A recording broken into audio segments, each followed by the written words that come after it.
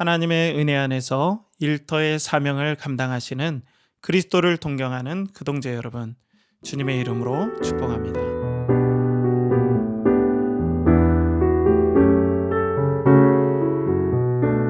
그리스도를 동경하는 그동제 여러분, 오늘도 하나님께서 여러분들과 함께 하시는 복된 은혜가 넘치시길 축복합니다. 자, 우리가 지금 철로역정 12번째 시간까지 왔죠.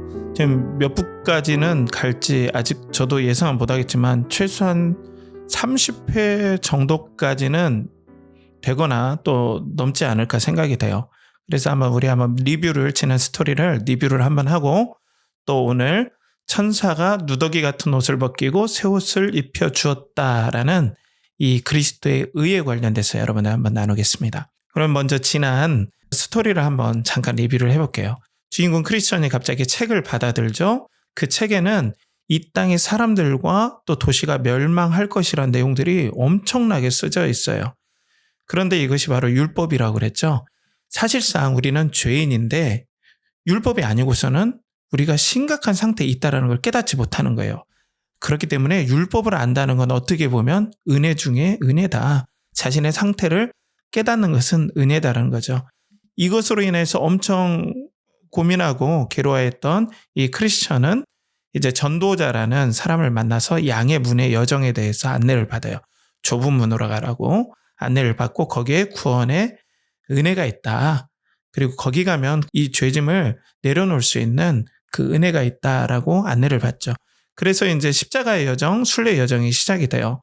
그런데 이 멸망의 도시, 그가 살았던 멸망의 도시에서 이 사람의 여정을 말리려고 오는 사람들이 있어요. 그래서 옹고집과 유순환이 이 크리스찬을 찾아와서 계속해서 이 여정을 그만둘 것을 설득을 합니다. 그런데 옹고집은 설득을 하다가 자기 고집에 못 이겨서 이제 그냥 가버려요. 포기하고. 그래, 잘 가라 라고 그냥 가버리고, 유순환은 그래도 말 그대로 유순한 사람이기 때문에 이 사람이 크리스천과 이제 동행을 해요. 그런데 십자가의 여정, 은혜의 여정에서 갑자기 낙담의 늪에 빠져버립니다.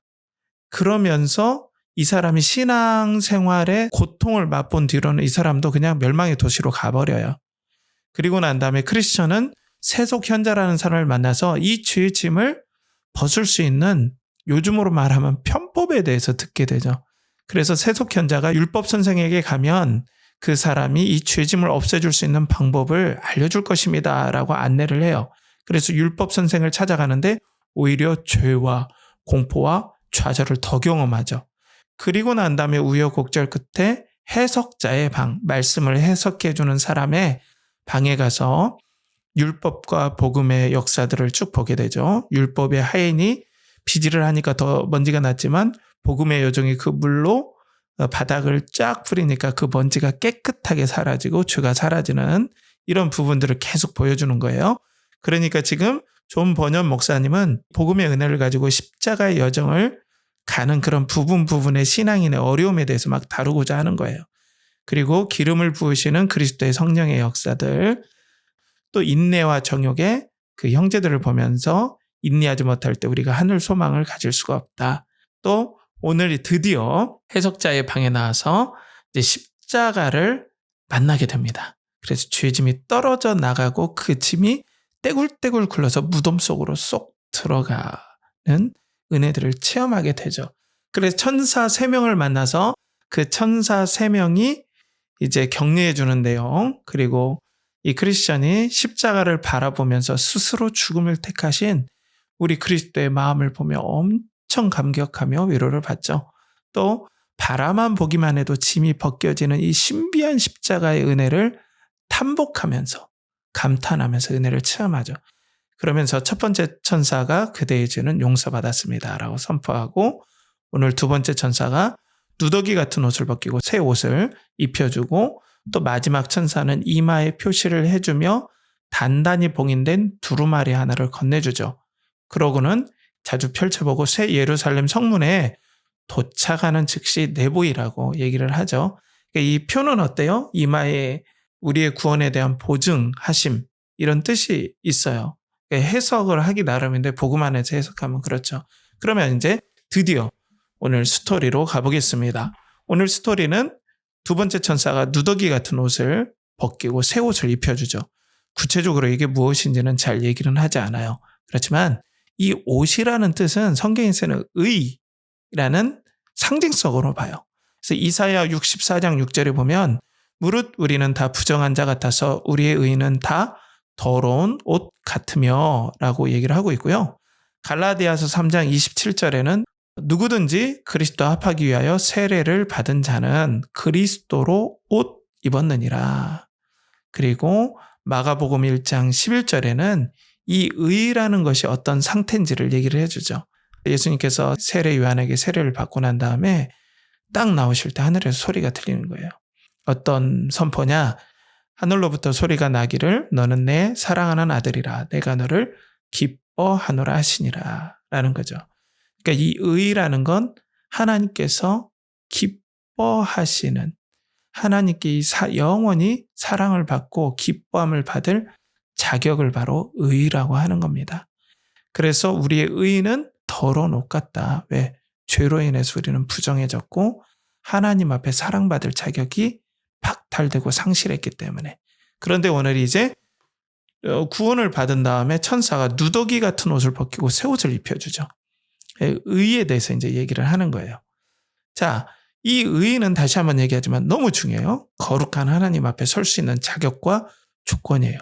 그리고 하나님께 영원히 사랑받을 자격과 조건이라고 바꿔 말할 수도 있어요. 그 기준을 율법이 제시를 해주죠. 자, 율법에 하나님께 사랑받을 자격이 이렇습니다라고 율법이 딱 보여주는데 율법은 우리가 보면은 사랑받기는커녕 율법 안에서, 성경 안에서 저주받고 죽은 사람이 꼭 우리와 같은 형편에 있는 사람 같은 거예요. 너무나 불평도 잘하고 하나님 앞에 불결하고 또 하나님을 진노하게 하는 일들만 골라서 하는 사람이 바로 성경에 있는 사람이기도 하지만 바로 나인 거예요. 크게 느껴지는 거예요. 양심상으로. 그래서 우리의 의는 더러운 옷 같다라는 것만 율법은 보여주는 거예요. 그런데 이신칭의, 믿음으로 말미암아 의롭다함을 얻었다라는 이 로마서와 갈라디아서 또 성경 전체를 관통하는 이 핵심적인 교리와 진리가 왜 이렇게 사람들의 삶을 변화시켰는지 우리가 그걸 좀 더 알아야 돼요. 여러분들 종교개혁의 모토가 사실 이신칭의 아닙니까? 루터가 이 은혜를 체험하고 또 성경에서 이 로마서에서 이 은혜를 발견하고 난 다음에 완전 삶이 뒤집어지죠. 특별히 이 존 버년 목사님은 이 의에 대한 관심이 많아요. 존 버년 목사님은 자신이 하나님 앞에 멸망당해서 죽을 것 같다라는 이 죄책감, 율법으로 인한 죄책감에 엄청 시달리셨어요. 그러다가 하나님 앞에 사랑받을 자격은 나에게서는 나오지 않고 그리스도의 의가 나에게 전가되고 그리스도의 의가 나에게 부어져야만이 내가 그 사랑받을 자격, 의를 얻을 수 있다라고 생각한 거예요. 그런데 그 그리스도께 사랑받을 자격이 어디서 나와요? 앞전에 제가 말씀드린 마가복음 1장 11절에 하늘로부터 소리가 나기를 너는 내 사랑하는 아들이라 내가 너를 기뻐하노라 라고 예수 그리스도를 향해서 너는 나의 영원한 사랑을 받을 자격이 있어 라고 그리스도께 부여된 그 의를 우리가 믿을 때 하나님께서 우리에게 전가시켜준다는 거예요. 이식시켜준다는 거예요. 우리 마음에 심어주신다는 거예요. 정말 중요합니다. 정말 중요합니다. 하나님의 의가 왜 중요할까요? 하나님께 나의 인생은 사랑받고 있다라는 이 은혜가 나를 주장한다면 여러분 이게 바로 하나님 나라를 경험하고 시작하는 거예요. 그러면 일터에서 한번 우리 생각해봐요. 업무가 있잖아요. 그럼 이걸 하나님의 축복이라고 믿음으로 받아들일 수 있는 근거가 되는 거예요. 물론 여러분 이 말에는 또 여러 복잡한 부분들이 있죠. 왜냐하면 사회 구조는 우리 일하는 사람들 또 뭐 사업하는 사람들도 그렇지만 일하고 사업하는 이 사람들의 단물을 뺏기 위해서 엄청나게 그런 착취 구조가 있는 게 사실이에요. 그러면 이걸 축복으로 받아들이라는 건 웃기는 이야기다라고 얘기할 수도 있어요. 그렇지만 우리 믿음의 입장에서 이걸 해석하자는 거죠. 이런 구조적인 부분도. 그러면 여러분, 자, 우리의 일터가 축복일 수밖에 없는 건 우리는 그리스도로 말미암아 의를 얻었기 때문이에요. 모든 일들은 이제 축복이죠. 은혜죠. 사랑으로 시작되는 거죠. 그러면 사업과 인간관계는 어때요? 또 요즘 나오는 개념 중에 하나가 타인은 지옥이다잖아요. 이게 맞을 수도 있지만은 사실 하나님께서 모든 인간관계를 주관하기 때문에 정말 힘들게 하는 상사라든지 또 아나무인 같은 우리 후임들을 만나게 하신 것도 하나님 섭리 안에 있죠. 그렇기 때문에 하나님께 사랑으로 시작했다라는 걸 믿고 종국에는 이게 나에게 은혜로 다가올 것이라는 확신 가운데 우리가 때론 인내하든지 지혜롭게 대처할 수 있는 거예요. 그래서 여러분, 이 의는 우리에게 엄청난 안정감을 줍니다. 고난에 있어서도 하나님께서 나를 사랑하시기 때문에 이 고난을 주셨다. 또 여러 복잡한 업무와 인간관계에서도 그 출발점이 사랑에서부터 시작되어서 나에게 허락되었다라는 걸 알기 때문에 내가 인내할 수 있는 거예요. 사랑하는 우리 그동자 여러분, 오늘도 우리는 거룩한 천사가 우리의 낡은 옷을 벗겨주고 새 옷을 입혀주시는, 그리스도로 옷 입혀주시는, 그리스도의 의로 옷 입혀주시는 구원의 은혜에 대해서 한번 살펴봤어요. 여기까지 이제 우리 구원에 관련돼서 이제 3가지 스토리를 마무리하고요. 다음엔 또 십자가의 여정이 시작이 됩니다. 오늘도 우리는 좁은 길의 여정을 계속합니다. 우리 일터는 에덴 동산이고 가나안 복지입니다. 그걸 선포하면서 오늘도 나아가시는 여러분들의 삶 되시길 축복합니다. 우리 함께 기도하겠습니다. 하나님 아버지, 오늘도 예수 그리스도의 아름다운 의가 믿음으로 말미암아 나에게 주어졌다는 이 감격적인 사실을 믿고 너무나 고단한 업무, 또 피곤한 인간관계, 또 앞을 모르는 사업의 환경에서 용기를 얻게 하여 주시고 어려움이 있더라도 우리를 사랑하신 하나님의 위로가 부어질 줄 믿고 그 하나님께 오늘도 마음을 집중하고 또 말씀을 통해서, 기도를 통해서 그 하나님과 친밀히 교제하는 우리 그동재 그리스도를 동경하는 사람들 되게 하여 주시옵소서.